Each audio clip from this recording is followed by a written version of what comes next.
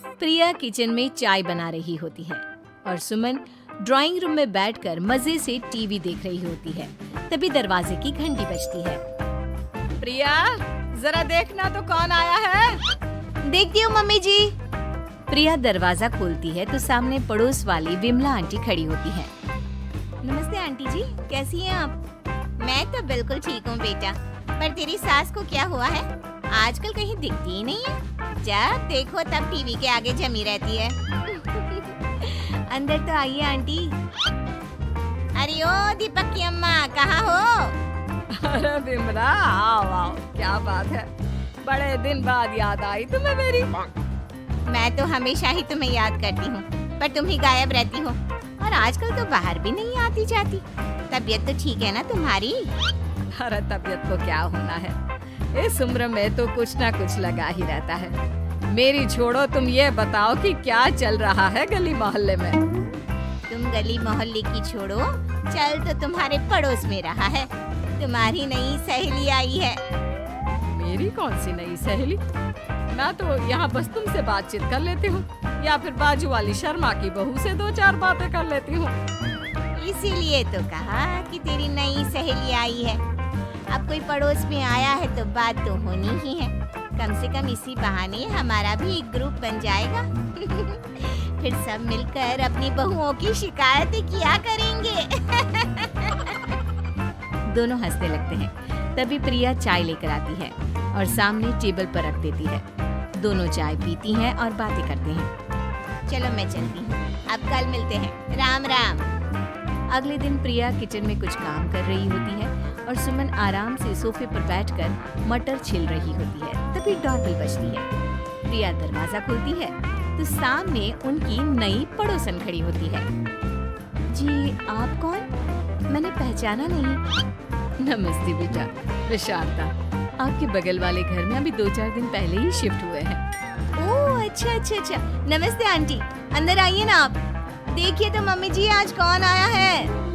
इतना कहकर प्रिया किचन में चाय बनाने चली जाती है। नई पड़ोसन को घर पे देखकर सुमन थोड़ा हैरान हो जाती है। नमस्ते बहन जी, मैं शारदा, आपकी नई पड़ोसन। अच्छा, आप हैं हमारी नई पड़ोसन। आइए आइए, और बताइए कैसी हैं आप? जी बिल्कुल ठीक। वो दरअसल घर पर छोटी सी पूजा रखवाई थी, बस उसी का प्रसाद देने चली आई।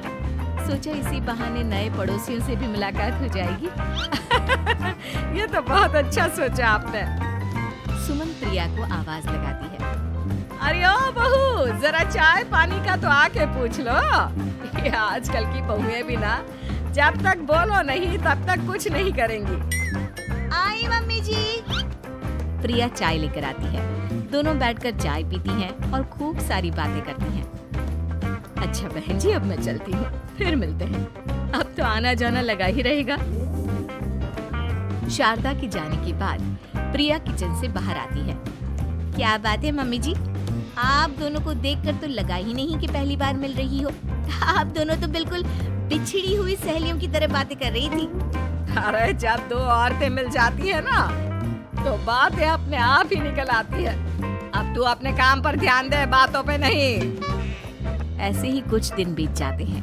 अब सुमन और शारदा अच्छी सहेलियां बन गई होती हैं। दोनों एक साथ मंदिर जाती, मार्केट जाती और कभी कभी तो विमला भी इनके साथ मिलकर खूब हंसी ठिठोली करती। एक शाम तीनों बैठकर सुमन के घर पर चाय पी रही होती हैं कि तभी बहुत तेज बारिश शुरू हो जाती है। सुमन जोर से प्रिया को आवाज लगाती है। प्रिया, ओ प्रिया, देख कितनी तेज बारिश हो रही है। जाके छत से सारे कपड़े ले आ, नहीं तो सब भीग जाएंगे। सुमन 2 बार आवाज लगाती है लेकिन प्रिया का कोई जवाब नहीं आता। शायद प्रिया कुछ काम कर रही है, इसीलिए कुछ जवाब नहीं दे रही। अरे काहे का काम, आराम फरमा रही होगी महारानी। तभी प्रिया बीमार हालत में अपने कमरे से बाहर निकलती है। हाँ मम्मी जी, क्या हुआ? मेरी तबीयत थोड़ी ठीक नहीं है ना, इसलिए आग लग गई। अरे सारे कपड़े भीग गए और तुझे सोने से फुर्सत नहीं है। सबके सामने सुमन के मुंह से ऐसी बातें सुनकर प्रिया उदास हो जाती है और छत से कपड़े उतारने चली जाती है। सुमन, ये क्या बात हुई? प्रिया ने बताया ना कि उसकी तबीयत ठीक नहीं, इसलिए उसकी आंख लग गई। तुम भी ना खामखा उसे सबके सामने सुना दिया। अरे आप नहीं जानती शारदा जी, कुछ बहुएं ना बहुत आलसी होती है, घर का एक काम नहीं करना चाहती। ऐसा नहीं है सुमन, तुम्हारी बहू तो बहुत प्यारी है, तुम्हारी सारी बात भी तो मानती है। हाँ सुमन, तुम प्रिया के बारे में ऐसा क्यों सोचती हो? मेरी भी दो बहुएं हैं, लेकिन मैं उन्हें अपनी बेटियों की तरह रखती हूँ। आखिर वो भी तो किसी की बेटियां ही है ना। और अगर तुम ऐसा ही व्यवहार करोगी तो एक दिन प्रिया भी तुम्हारे साथ ऐसा ही बर्ताव करेगी। शारदा और विमला की बातें सुनकर सुमन की तो बोलती बंद हो जाती है। वहीं प्रिया भी बाहर से सारी बातें सुन रही होती है। अरे मैं कोई उसकी दुश्मन थोड़ी ना हूँ, मैं भी उसकी माँ हूँ, लेकिन कभी कभी सास बनना पड़ता है, नहीं तो बहुएं हाथ से निकल जाती है। देखो सुमन, ये सब सोच का फर्क है। अगर तुम ये सोचोगी तो कभी प्रिया को अपनी बेटी नहीं बना पाओगी। इतना कहकर शारदा और विमला वहाँ से चली जाती हैं और सुमन अकेले बैठकर उनकी बातें सोचने लगती है। अगले दिन प्रिया और दीपक अपने कमरे में बैठकर बात कर रहे होते हैं और सुमन उनके कमरे के बाहर कुछ काम कर रही होती है और उन दोनों की बातें सुन लेती है। दीपक, तुम्हें पता है हमारे पड़ोस में जो शारदा आंटी है ना, बहुत अच्छी हैं। अच्छा, ऐसा क्या हो गया जो तुम्हें वो इतनी अच्छी लगने लग गई? कुछ खास नहीं, बस कल जब मम्मी जी मुझे सबके सामने सुना रही थी तो शारदा आंटी ने मेरा साथ दिया। मैं तो सच में हैरान ही रह गई थी जब उन्होंने मम्मी जी को मुझसे ऐसा बर्ताव करने के लिए मना किया। अच्छा, फिर क्या हुआ? होना क्या था, शारदा आंटी तो मम्मी जी को समझा ही रही थी कि बहू को भी बेटी की तरह ही रखना चाहिए, लेकिन मम्मी जी तो मम्मी जी है ना, उन्हें तो मुझ में हमेशा कमी ही दिखती है। काश मुझे भी शारदा आंटी जैसी सास मिली होती जो मुझे भी अपनी बेटी जैसी समझती। सुमन ये सब सुनकर बहुत उदास हो जाती है और वहाँ से चली जाती है। प्रिया की बातें सुमन के कानों में बार बार गूंज रही थी। उसे बहुत शर्मिंदगी महसूस हो रही थी कि उसने प्रिया के साथ बहुत गलत किया है। अगले दिन सुमन शारदा और विमला को बुलाती है। क्या बात है सुमन, आज तूने ऐसे अचानक क्यों बुलाया? सब ठीक तो है ना? हाँ हाँ, सब ठीक है, तुम दोनों बैठो तो सही। तब तक दीपक और उसके पापा भी आ जाते हैं। प्रिया, तुम भी आ जाओ। क्या हुआ मम्मी जी, आपने बुलाया? हाँ प्रिया बेटा, मैं आज सबके सामने तुमसे माफी मांगना चाहती हूँ। मैंने आज तक तुम्हारे साथ बहुत बुरा व्यवहार किया है, लेकिन तुमने कभी भी मेरे साथ बुरा बर्ताव नहीं किया। मुझे अपनी गलती का एहसास हो गया है, हो सके तो मुझे माफ कर देना।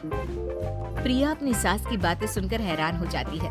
उसकी आंखों में आंसू आ जाते हैं। प्लीज मम्मी जी, आप मुझसे माफी मत मांगिए, मैं भी आपकी बेटी ही हूँ।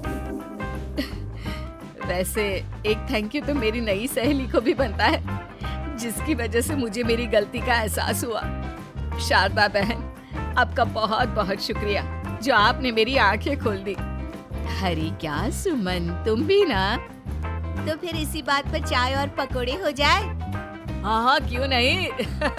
अगर कहानी अच्छी लगी तो लाइक, सब्सक्राइब और शेयर करें। धन्यवाद।